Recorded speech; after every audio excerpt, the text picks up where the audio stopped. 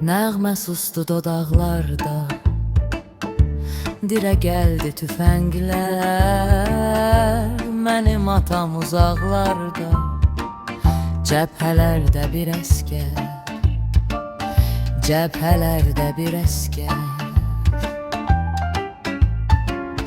Anamızın laylaları nənnilərdə pozuldu.